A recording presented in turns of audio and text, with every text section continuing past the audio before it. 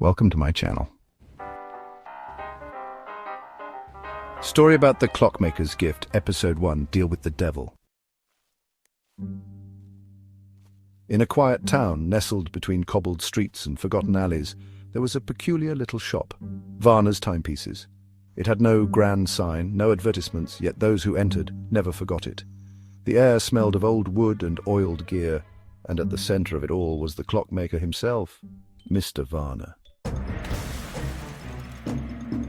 One evening, a desperate man named Samuel Whitmore stepped into the shop. Wrinkles lined his face, regret heavy in his eyes. He had wasted his years chasing wealth, neglecting love, family, life.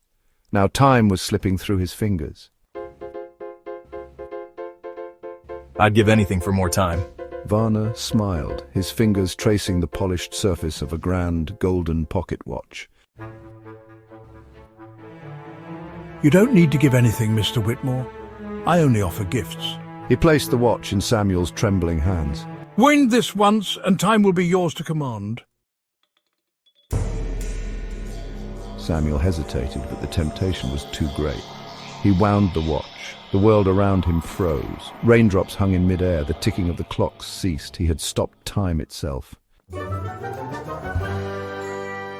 A triumphant laugh escaped him. I can undo everything. I can live again.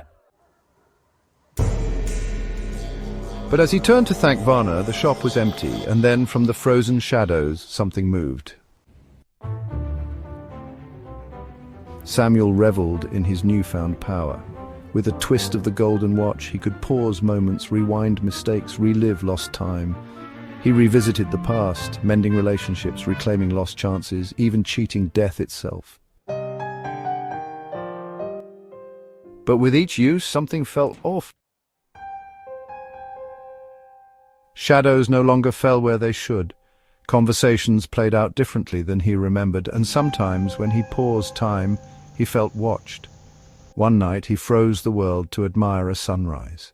The city stood still except for a single figure in the distance, a tall, thin shadow walking toward him through the frozen streets.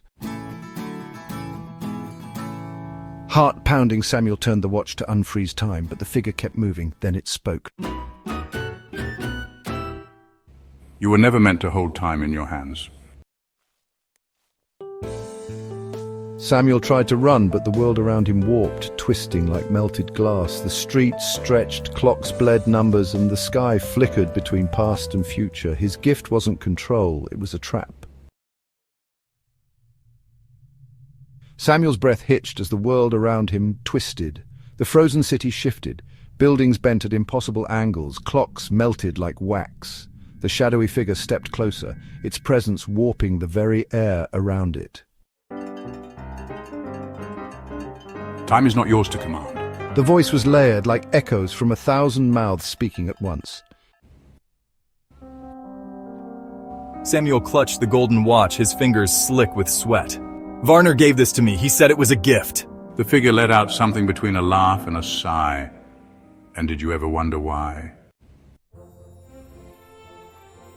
A terrible realization clawed at Samuel's mind. Every rewind, every pause, he wasn't rewriting time, he was fracturing it. The more he used the watch, the more reality unraveled. He glanced down, his fingers were fading, his skin dissolving into dust-like fragments. The watch's face cracked, its hands spinning wildly. The figure loomed over him now, an abyss where its face should be. Time must be repaid, Samuel, and your debt is due. The world shattered.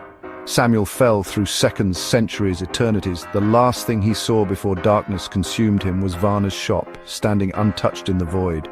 And inside, on a polished wooden shelf, the golden watch rested, reset, waiting.